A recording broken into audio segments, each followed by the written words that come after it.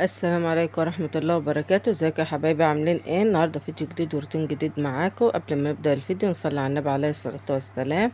متنسوش اللايك والاشتراك وتفعيل زر الجرس عشان يوصلكوا كل جديد. النهارده هنعمل مع بعض كيكة خفيفة كده وسهلة وسريعة.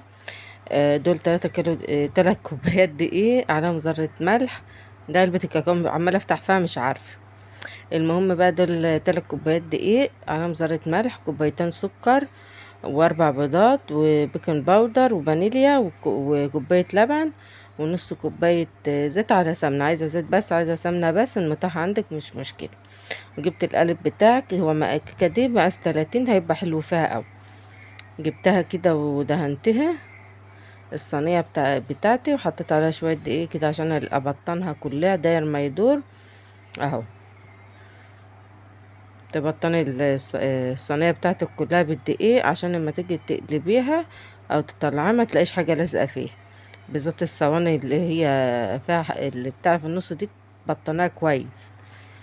جبت بقى الخلاط المضرب بتاعي. عندك خلاط مش مشكلة، عندك اللي هو المضرب اليدوي برضو مش مشكلة عادي.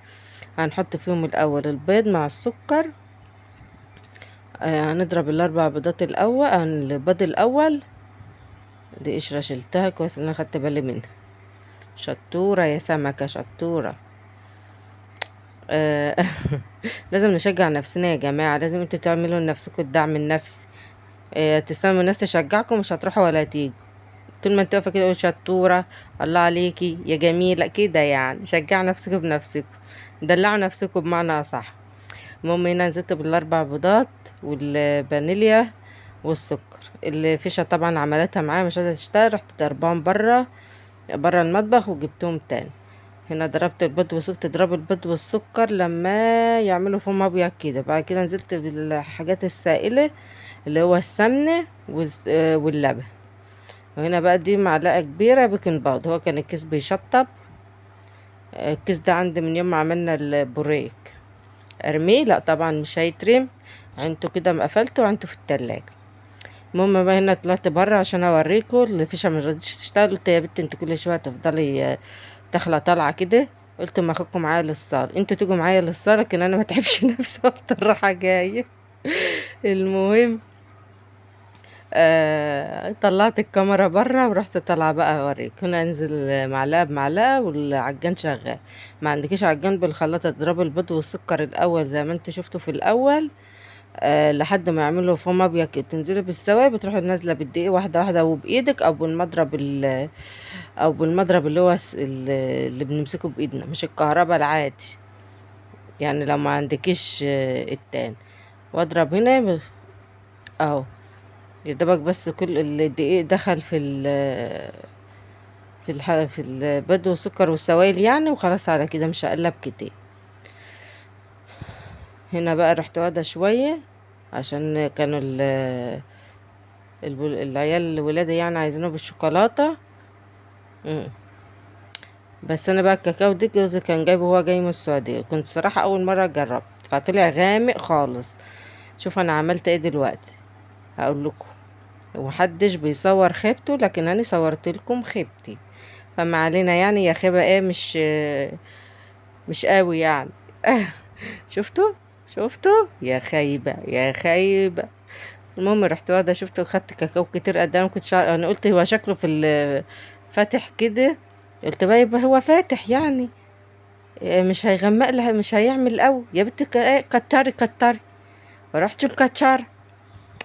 المهم ايه، خلالي الابيض ده كله غامق. ما علينا يعني، ما علي، بس والله كان طعمها جميل والله. ما يعني اللي هيجربها ان شاء الله والله تطلع حلو. الكيكه ده اصلا انا معتمدها على طول وبعملها على طول. اه. بس هو اول مره اجربه فطلع كوك كتير. اه. المفروض انا بقى كنت سبتها كده. شفت انا عملت ايه، رحت اقلب بقى. قلت يا بنتي ما هو مش هيبقى غامق، هيبقى اللي بتاع نص ساعه ونص كده. يلا اهو. قلت مش هتبقى غامقه قوي بقى، ده حته صغيره وكده. فالمهم ايه، بعد ما عملت كده بقى دخلتها الفرن واستوت. يعني مشغله الفرن قبل ما ابدا الموضوع ده كله خالص وموطياه عشان عم اخلص يكون سخن. وهنا طلعتها اهوت. والله كان طعمها جميل. شوفي غمقت الدنيا كلها، ما كانش فيها ابيض يعني الابيض اللي كان شويه بدل ما كانت الكاكاو شويه صغيرين، لا الكيكه كلها قلبت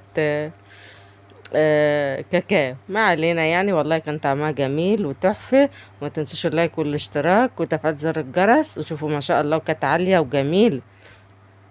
هو بس الكاكاو اللي عمل فيها كده، لكن هي مقاديرها مظبوطه وجميله ومستويه. وكانت ريحتها جميله.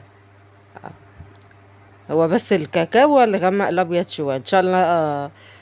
اهو متنسوش بقى اللايك والاشتراك وتفعيل زر الجرس. ده كان الفيديو. مع السلامه واشوفكم في فيديو جديد.